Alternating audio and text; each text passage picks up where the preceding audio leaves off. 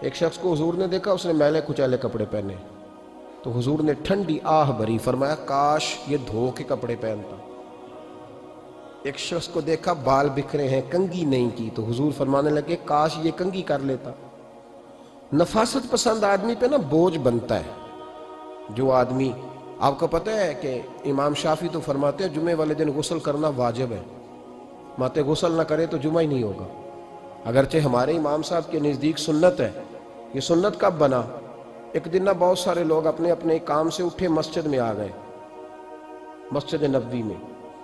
کوئی کسان تھا تو کھیت سے اٹھ کے آ گیا، کوئی مزدور تھا تو مزدوری سے اٹھ کے آ گیا۔ تو مسجد میں جب بہت سارے لوگ جمع ہوئے نا تو بعض لوگوں کو دقت محسوس ہوئی، تو رسول کریم علیہ السلام نے فرمایا کتنا ہی اچھا ہو کہ تم جمعے والے دن نہا کے آیا کرو۔ بس وہ صحابہ کا مزاج ہمارے والا نہیں تھا کہ تفصیل بتائیں، حکمت بتائیں، ملے گا کیا، ثواب کتنا، نہ نہائیں تو گناہ، یہ کوئی نہیں۔ حضور نے کہا کہ نہا کے آؤ تو کتنا ہی اچھا ہے۔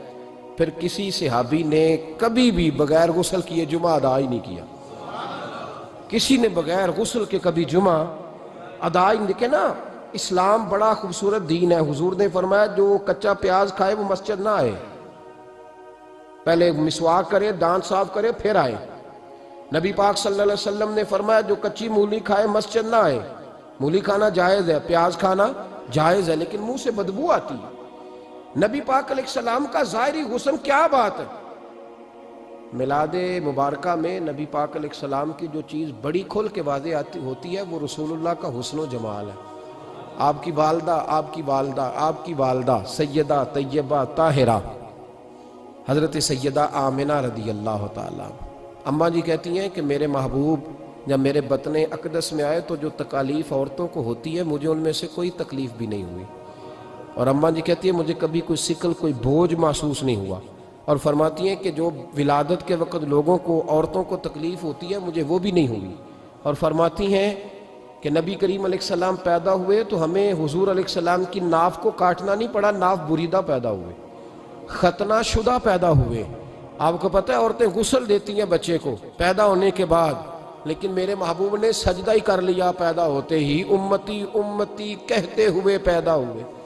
حق نے فرمایا کہ بخشا الصلاۃ والسلام، اور پہلے سجدے پر روز ازل سے درود۔ میرے امام فاضل بریلوی کا جو انداز تکلم ہے نا، اس کی بھی حد ہی کوئی نہیں، کوئی حد ہی نہیں، کہاں تک ان کی محبت جاتی۔ کہنے لگے پہلے سجدے پہ روز ازل سے درود، یادگاری یہ امت پہ لاکھوں سلام، یادگاری یہ امت پہ لاکھوں سلام۔ بتائیے بغیر وضو کے، بغیر غسل کے سجدہ ہو جاتا ہے؟ تو حضور نے سجدہ کر کے بتایا کہ اللہ نے مجھے پاک صاف پیدا کیا ہے۔ نبی پاک صلی اللہ علیہ وسلم کی والدہ نے جب یہ باتیں ارشاد فرمائیں تو لوگوں نے پوچھا ان سے کہ اماں جی پھر آپ ایک جملے میں بتائیں کہ ماجرا سارا کیا تھا، آخر ایک ولادت تو ہوئی نا، آپ کے وجود اطہر سے ایک بچہ تو نکلا، تو یہ کیا تھا؟ تو سیدہ آمنہ فرمانے لگی خارج منی نور، بس میرے وجود سے ایک نور نکلا ہے، بس میرے وجود سے ایک، اور روشنی آتی جاتی ہے تو کسی کو تکلیف نہیں دیتی، ایک نور نکلا۔ میرے رسول کریم علیہ السلام کو ظاہری حسن بھی کمال دیا، اور پھر حضور کی نفاست پسندی، صفائی پسندی۔ نبی پاک جب بات کرتے تھے نا تو حضور کے دانتوں سے نور نکلتا، اس کے باوجود حضور ہر وضو کے لیے مسواک کرتے۔ میں نے ہر نماز کے لیے نہیں کہا، میں اپنے لفظوں کا ذمہ دار ہوں۔ کس کے لیے بولے آپ حضرات؟ ہر وضو کے لیے، یعنی اگر نبی پاک نے وضو نماز کے لیے کیا تب بھی مسواک کی، اور اگر قرآن شریف کی تلاوت کے لیے کیا تو پھر بھی مسواک کی، کسی اور موقع کے لیے وضو فرمایا تو پھر بھی مسواک کی۔ اور سیدہ عائشہ فرماتی ہے جب بھی حضور گھر سے نکلنے لگتے پہلے مسواک فرماتے، حالانکہ رسول پاک کے دندان اقدس تو نور والے تھے، ضرورت ہی نہیں تھی۔ ہماری تعلیم کے لیے نفاست پسندی۔ ایک بات میں نے شروع کرنی ہے پر آپ نے ناراض نہیں ہونا، پہلے وعدہ کر لیں،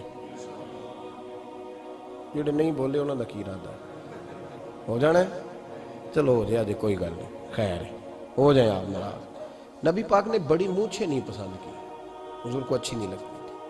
ایک بات پوچھتا ہوں آپ سے، یہ درد دل ہے میرا اور صرف سمجھانے کے لیے عرض کر رہا ہوں، کوئی تنقید نہیں، اللہ تعالیٰ مجھے نیت کا وضو عطا کرے۔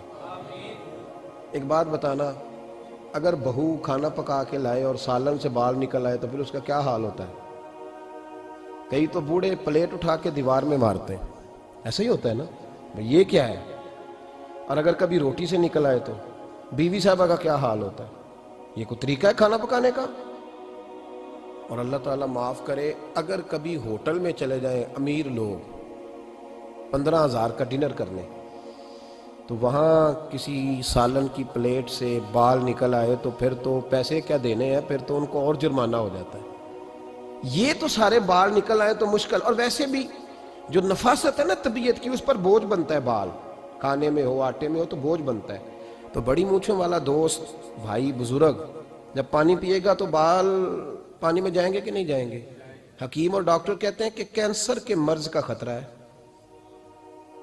اب باقی بھی راضی نہ ہوں، حضور نے بڑی مونچھیں بھی پسند نہیں کی اور چھوٹی داڑھی بھی پسند نہیں کی۔ حضور نے فرمایا داڑھیاں بڑھاؤ، مونچھوں کو پست کرو، مشرکین کی مخالفت کرو۔ اور ایک مقام پہ رسول پاک علیہ السلام نے یہاں تک فرمایا کہ جو مونچھیں پست نہیں کرتا وہ ہم میں سے ہے ہی نہیں۔ اتنے سخت لفظ۔ ایک صحابی تھے، آپ یقین کریں نا، کئی دفعہ دوستوں کو کہنا پڑتا ہے، اور کئی دفعہ نا مجھے محسوس ہوتا ہے کہ یار ہم روز ہی کہتے ہیں، لیکن کہتے پتہ کیوں ہے کہ بوجھ بنتا ہے وہ بندہ جو اس طرح کی تباہ کے ساتھ آتا ہے، جو حضور نے پسند نہیں کیا۔ ایک شخص نبی پاک کے سامنے آیا، قاضی عبدالدائم دائم صاحب نے لکھا ہے، بڑی خوبصورت بات لکھی ہے، کہنے لگے حضور کے سامنے وہ اکثر آیا کرتا تھا تو مونچھیں بڑی تھی، حالانکہ داڑھی بھی بڑی تھی، مونچھیں بھی بڑی تھی۔ 2-4 دفعہ حضور نے باتوں باتوں میں تحت اللفظ سمجھایا۔ کچھ بندے نہیں سمجھتے، تحت اللفظ سمجھاؤ یا بڑا کھول کھول کے سمجھاؤ پر بات سمجھنے کو تیار نہیں ہوتے۔ پتہ نہیں کیا ایسا حسن ہے بھئی، جو حسن نبی پاک نے پسند نہیں کیا وہ کبھی حسن ہو سکتا ہے، کبھی خوبصورتی ہو سکتی ہے، وہ کسی کا ذاتی کلچر تو ہو سکتا ہے پر دین کی تہذیب نہیں۔ نبی کریم علیہ السلام نے کئی دفعہ سمجھایا تو ان کی سمجھ میں بات نہ آئی۔ ایک دن وہ بیٹھے ہوئے تو حضور نے ایک صحابی سے فرمایا کینچی لاؤ۔ کہنے لگے میں سمجھ گیا کہ میرے ساتھ کچھ ہونے لگا ہے۔ ساتھ ہی حضور نے فرمایا ایک مسواک بھی لانا۔ کہنے لگے میں نے کہا بچت ہو گئی، میرے تو دانت صاف ہے۔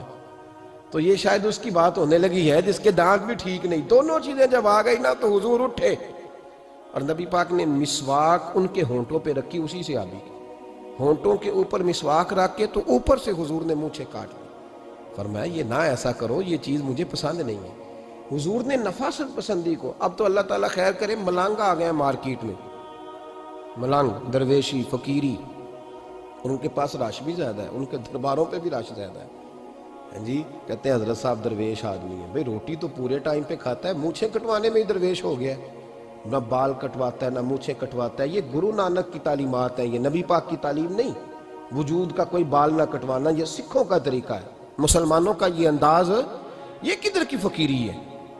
دین کوئی غلاظتوں والا معاذ اللہ، کہ بابا کپڑے نہیں بدلتا، بابا غسل نہیں کرتا، بابا بال نہیں کٹواتا، بابا ہے پاگل ہے؟ قطعی طور پر کوئی فقیری نہیں، فقیری صرف وہ ہے جو میرے نبی نے کیا ہے۔